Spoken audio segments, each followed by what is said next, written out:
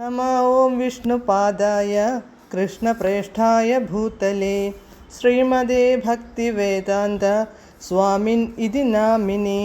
नमस्ते सारस्वते देवे गौरवाणी प्रचारिणे निर्विशेषशून्यवादी पाश्चात्यदेशतारिणे। जय श्रीकृष्ण चैतन्य प्रभु नित्यानन्द श्री अद्वैत गदाधर श्रीवासादि गौरभक्तवृन्द। हरे कृष्ण कृष्ण कृष्ण हरे हरे, हरे राम राम राम हरे हरे। हरे कृष्ण कृष्ण कृष्ण हरे हरे, हरे राम राम राम हरे हरे। हरे कृष्ण कृष्ण कृष्ण हरे हरे, हरे राम राम हरे हरे. പരമദിവ്യോത്തമ പുരുഷനായ ശ്രീകൃഷ്ണ ഭഗവാന്റെ കഥകളാണ് ശ്രീകൃഷ്ണ എന്ന പുസ്തകത്തിലൂടെ പറയുന്നത്. ഓം നമോ ഭഗവതേ വാസുദേവായ, ഓം നമോ ഭഗവതേ വാസുദേവായ, ഓം നമോ ഭഗവതേ വാസുദേവായ. നാരായണം നമസ്കൃത്യ നരം ചൈവ നരോത്തമം ദേവീം സരസ്വതീം വ്യാസം തതോ ജയമുദീരയേത്. നഷ്ടപ്രായേഷു ഭദ്രേഷു നിത്യം ഭാഗവത സേവയാ ഭഗവത്യുത്തമശ്ലോകേ ഭക്തിർഭവതി നഷ്ടികി. അധ്യായം 67 സാംബന്റെ വിവാഹം. Page number 651. ധൃതരാഷ്ട്രപുത്രനായ ദുര്യോധനന് ലക്ഷ്മണ എന്നു പേരായ വിവാഹപ്രായമെത്തിയ ഒരു പുത്രിയുണ്ടായിരുന്നു. കുരുവംശത്തിലെ എല്ലാ യോഗ്യതകളും തികഞ്ഞ പെൺകുട്ടിയായിരുന്നു അവൾ. അനേകം രാജകുമാരന്മാർ അവളെ വിവാഹം ചെയ്യാൻ ആഗ്രഹിച്ചിരുന്നു. ഇത്തരം സന്ദർഭങ്ങളിൽ പെൺകുട്ടി തന്നെ തനിക്കിഷ്ടപ്പെട്ട പുരുഷനെ ഭർത്താവായി തിരഞ്ഞെടുക്കട്ടെ എന്നു കരുതി സ്വയംവരം എന്ന ചടങ്ങാണു നടത്തുക പതിവ്. ലക്ഷ്മണയുടെ സ്വയംവര സദസ്സിൽ പെൺകുട്ടി ഭർത്താവിനെ തിരഞ്ഞെടുക്കേണ്ടിയിരിക്കെ സാംബൻ അവിടെ പ്രത്യക്ഷനായി. കൃഷ്ണന്റെ പ്രധാന പത്നിമാരിൽ ഒരുവളായ ജാംബവതിയിൽ ജനിച്ച പുത്രനാണ് അയാൾ. അമ്മയുടെ അരുമപുത്രനായിരുന്നതിനാലും സദാ അമ്മയോടൊപ്പം കഴിഞ്ഞിരുന്നതുകൊണ്ടുമാണ് അയാൾക്ക് സാംബൻ എന്നു പേരിട്ടത്. അമ്മയ്ക്ക് അത്യന്തം അരുമയായുള്ളവൻ എന്നാണ് ഈ പദത്തിൻ്റെ അർത്ഥം. അംബ എന്നാൽ അമ്മ, സ എന്നാൽ കൂടെ. അങ്ങനെ സദാ അമ്മയോടൊപ്പം കഴിഞ്ഞിരുന്നതിനാലാണ് ഈ സവിശേഷമായ പേര് അയാൾക്ക് നൽകിയത്. ഇതേ കാരണത്താൽ തന്നെ ജാംബവതിസുതൻ എന്നും അയാൾ അറിയപ്പെട്ടിരുന്നു. നേരത്തെ പറഞ്ഞതുപോലെ ഭഗവാൻ കൃഷ്ണന്റെ മക്കളെല്ലാം മഹാനായ പിതാവിനു തുല്യം യോഗ്യന്മാരായിരുന്നു. ലക്ഷ്മണയ്ക്ക് സാംബനിൽ താത്പര്യമില്ലാതിരുന്നിട്ടും സ്വയംവരവേദിയിൽ നിന്നു സാംബൻ അവളെ ബലാത്കാരേണ തട്ടിക്കൊണ്ടുപോയി. സ്വയംവരവേദിയിൽ നിന്നു സാംബൻ ലക്ഷ്മണയെ ബലം പ്രയോഗിച്ചു തട്ടിക്കൊണ്ടുപോയതു തങ്ങളുടെ കുടുംബ പാരമ്പര്യത്തിനേറ്റ അപമാനമായിട്ടാണ് ധൃതരാഷ്ട്രർ, ഭീഷ്മർ, വിതുരർ, ഉജഹൻ, അർജുനൻ തുടങ്ങിയ കുരുവംശത്തിലെ അംഗങ്ങളൊക്കെ കരുതിയത്.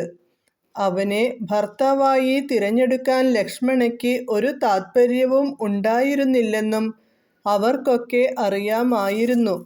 ഫലത്തിൽ അവൾക്കു ഭർത്താവിനെ തിരഞ്ഞെടുക്കാനുള്ള അവസരം നിഷേധിക്കപ്പെടുകയാണുണ്ടായതെന്നും അവർ മനസ്സിലാക്കി. പകരം ഈ ബാലൻ വന്ന് അവളെ തട്ടിക്കൊണ്ടു പോകുകയും ചെയ്തു. അവൻ അങ്ങേയറ്റം ധിക്കാരിയാണെന്നും കുരുവംശ പാരമ്പര്യത്തെ അധിക്ഷേപിക്കുകയാണവൻ ചെയ്തതെന്നും അവർ ഏകകണ്ഠമായി പ്രഖ്യാപിച്ചു. അതിനാൽ കുരുവംശത്തിലെ തലമുതിർന്ന അംഗങ്ങളുടെ കൂട്ടായ ഉപദേശമനുസരിച്ച് ആ ബാലനെ തടങ്കലിൽ വയ്ക്കണമെന്നും അതേസമയം വധിക്കരുതെന്നും അവർ കൂട്ടായ തീരുമാനത്തിലെത്തി. സാമ്പൻ ആ പെൺകുട്ടിയെ സ്പർശിച്ചതിനാൽ മറ്റൊരു പുരുഷൻ അവളെ വിവാഹം കഴിക്കില്ലെന്നും അവർ ഉറപ്പിച്ചു. വൈദിക സമ്പ്രദായമനുസരിച്ച് ഏതെങ്കിലും ഒരു പുരുഷൻ ഉപയോഗിച്ച പെൺകുട്ടിയെ മറ്റൊരുത്തനു വിവാഹം കഴിച്ചു കൊടുക്കാനാവില്ല.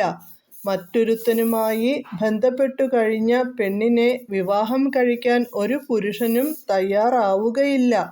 ഭീഷ്മരെപ്പോലെയുള്ള മുതിർന്ന കുടുംബാംഗങ്ങളും അവനെ തടഞ്ഞു വയ്ക്കാനാണ് തീരുമാനിച്ചത്. അങ്ങനെ അവനെ ഒരു പാഠം പഠിപ്പിക്കാൻ കുരുവംശത്തിലെ എല്ലാവരും, വിശേഷിച്ചു വലിയ യുദ്ധവീരന്മാർ ഒത്തുചേർന്നു. അവർ കർണനെ ഈ ചെറിയ യുദ്ധത്തിലെ സർവ്വസൈന്യാധിപനാക്കുകയും ചെയ്തു. സാമ്പനെ ബന്ധനസ്ഥനാക്കാനുള്ള പദ്ധതി ആസൂത്രണം ചെയ്യുന്നതിനിടയിൽ അവനെ ബന്ധനസ്ഥനാക്കുന്നതോടെ യദുവംശത്തിലുള്ളവർ തങ്ങളോട് കോപിക്കുമെന്ന കാര്യത്തെക്കുറിച്ചു കുരുക്കൾ തമ്മിൽ സംസാരിക്കുകയുണ്ടായി. വെല്ലുവിളി സ്വീകരിച്ചു യദുക്കൾ അവരോട് യുദ്ധം ചെയ്യാനുള്ള എല്ലാ സാധ്യതയുമുണ്ടുതാനും. എന്നാൽ അവരുടെ ചിന്ത മറ്റൊരു വഴിക്കു തിരിഞ്ഞു. നമ്മോട് യുദ്ധം ചെയ്യാൻ അവർ ഇവിടെ വന്നാൽ തന്നെ അവർക്കെന്തു ചെയ്യാൻ കഴിയും? യദുവംശത്തിലെ അംഗങ്ങൾ ഒരിക്കലും കുരുവംശത്തിലെ അംഗങ്ങൾക്കു തുല്യരാവില്ല. കാരണം കുരുവംശ രാജാക്കന്മാർ ചക്രവർത്തിമാരാണ്. അതേസമയം യദുവംശ രാജാക്കന്മാർക്കു സ്വന്തം വസ്തുവകകൾ അനുഭവിക്കാൻ മാത്രമേ പറ്റൂ. കുരുക്കൾ ചിന്ത തുടർന്നു. അവരുടെ മകനെ ബന്ധനസ്ഥനാക്കിയതിൻ്റെ പേരിൽ അവർ വെല്ലുവിളിയുമായെത്തിയാൽ എന്തുതന്നെയായാലും നാം ആ യുദ്ധത്തെ നേരിടും. നാം അവരെയൊക്കെ പാഠം പഠിപ്പിക്കും. ഇന്ദ്രിയങ്ങൾ പ്രാണായാമത്തിന് അഥവാ യോഗപ്രക്രിയയ്ക്ക് കീഴടങ്ങുന്നതുപോലെ സമ്മർദ്ദത്തിനു വിധേയമായി അവർ സ്വയം കീഴടങ്ങാൻ തയ്യാറാകുകയും ചെയ്യും. യോഗപ്രക്രിയയുടെ യാന്ത്രിക സമ്പ്രദായമനുസരിച്ച് ശരീരാന്തർഭാഗത്തെ വായുക്കൾ നിയന്ത്രിക്കപ്പെടുന്നു. ഭഗവാൻ വിഷ്ണുവിൽ ധ്യാനനിരതനാകുക എന്നതൊഴിച്ച് മറ്റൊന്നിലും ഏർപ്പെടാനാവാത്ത രീതിയിൽ ഇന്ദ്രിയങ്ങളെ കീഴടക്കി അവയെ നിയന്ത്രിക്കുകയും ചെയ്യുന്നു. ചർച്ചകൾക്കുശേഷം ഭീഷ്മർ, ധൃതരാഷ്ട്രർ തുടങ്ങി കുരുവംശത്തിലെ മുതിർന്ന അംഗങ്ങളുടെയും കർണൻ, ശാലൻ, ഭൂരിശ്രവസ്, യജ്ഞകേതു എന്നീ മഹായോദ്ധാക്കളുടെയും പെൺകുട്ടിയുടെ പിതാവായ ദുര്യോധനന്റെയും അനുവാദം വാങ്ങി ഗംഭീരയോദ്ധാവായ ഭീഷ്മദേവന്റെ നേതൃത്വത്തിൽ മഹാരഥികളെല്ലാവരും ചേർന്നു സാമ്പനെ പിടികൂടാൻ ഉദ്യമം തുടങ്ങി. മഹാരഥി, ഏകരഥി, രഥി എന്നിങ്ങനെ യുദ്ധം ചെയ്യാനുള്ള കഴിവിൻ്റെ അടിസ്ഥാനത്തിൽ വിവിധ ശ്രേണിയിലുള്ള യോദ്ധാക്കളുണ്ട്. ആയിരക്കണക്കിന് പടയാളികളെ ഒറ്റയ്ക്ക് നേരിടാൻ കഴിവുള്ളവരാണ് മഹാരഥികൾ. സാമ്പനെ ബന്ധനസ്ഥനാക്കാൻ ഇവരെല്ലാം ഒത്തുചേർന്നു. സാമ്പനും മഹാരഥിയാണ്. പക്ഷേ അവൻ ഒറ്റയ്ക്ക് വേണം 6 മഹാരഥികളെ നേരിടാൻ. എന്നിട്ടും തന്നെ പിടികൂടാൻ തൻ്റെ പിറകെ വരുന്ന കുരുവംശത്തിലെ മഹായോദ്ധാക്കളെ കണ്ടപ്പോൾ അവൻ തരിമ്പും കുലുങ്ങിയില്ല. ഹരേ കൃഷ്ണ.